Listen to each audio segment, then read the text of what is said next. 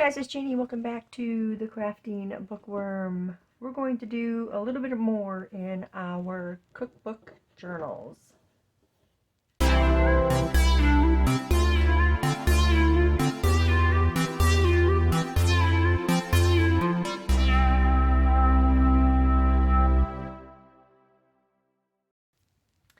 Okay, welcome back, you guys. If you're new here, welcome. I appreciate you being here. So I've been working some more in these journals, trying to get these done. And so today, what I want to do is, you see this right here that we have on this flip out. I want to put one of these together today for the other journal. So I got my bits right here. Okay, and we gotta figure out where exactly that was that I did that. Okay, so we're near the end of, okay. So we're going to be doing it on, let's see, not that one, but this one. This is where we're going to be putting it, right on here. So I'm going to grab my scissors here and just sit them right here. Okay, so here's our parts. Now, this cookbook has these really cool little tidbits on here. Like the one on here, I really liked because it's the meaning of challah.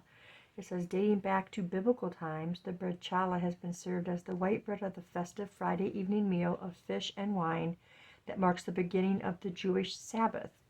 Even today, a small piece is burned in the oven in symbolic memory of the days when a portion of the bread was shared with the priest for a challah or sacrifice. So this one says hands across the sea, and it says the delicate croissants and brioche of sunny breakfast on the continent, the hot cross buns of Merle Old England, and the Russian kolich, Sweden's St. Lucia buns, and Italy's panettone. These are but a few of the festive breads that generations of immigrants and visitors have brought to our shores, and we have borrowed them and adapted them for these pages. Enjoy these traditional favorites from far-flung lands. Use them to build new family traditions in your house. So I chose that one, and I came across them actually by accident because I was punching out this first disc from the cookbook, and I saw the meaning of challah one just underneath where I was punching the circle out, and so flipped it over, and there's hand across the sea. So I'm like, okay, well let's add that to it, because you know I wasn't going to add it to it. But we're going to ink each of these pieces first.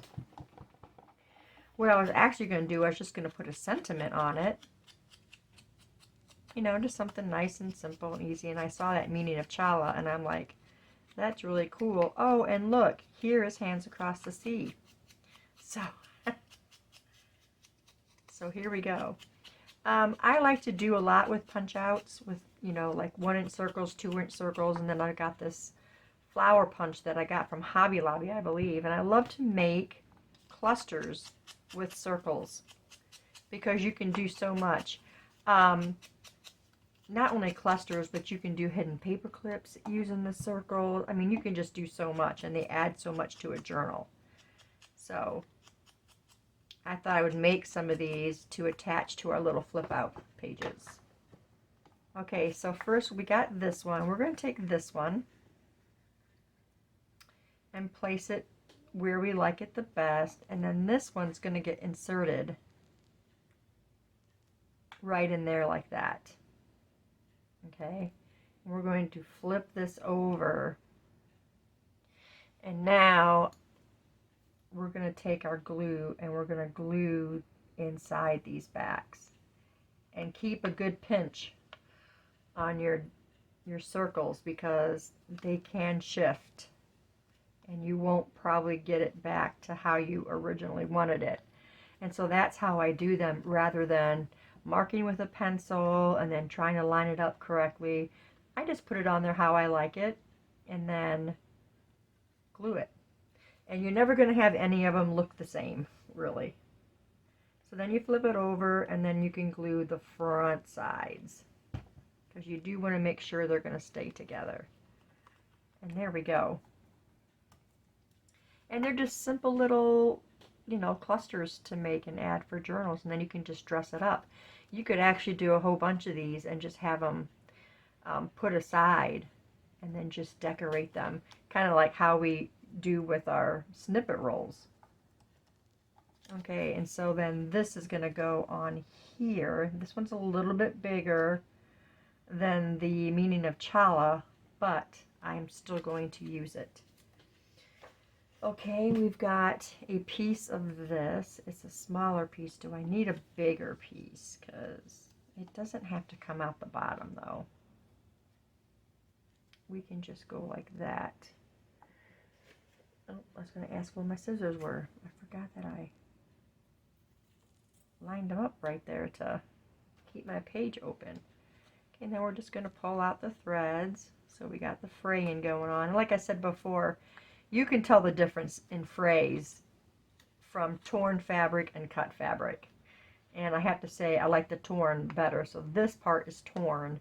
And you can see like all your threads are just different sizes and directions. And when you cut it, you've got like this perfectly straight line. And I much prefer this tearing look better. Okay, and that's going to go on there like that. And so what I did the last time is I just glued the back of this piece, make sure that's screwed on.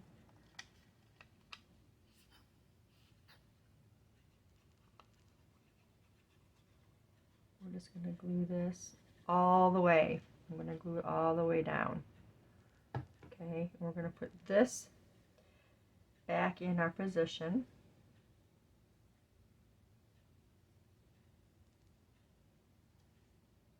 And then this, we will just line up and then press it down. Like that. This one covers up a lot of the circles though, which, because it was so much bigger, but I really liked that one about the hands across the sea as well. So now, this is going to go on here, like this. So we're going to put our fingers where we're not gluing, and we're going to glue. And we've got a plug. I mean, we got glue coming out, but not very good. It should be enough, though, to... And then we're going to just do this and line it up there. And make sure, and we're not straight. Okay, that looks better. And make sure we don't got glue coming out.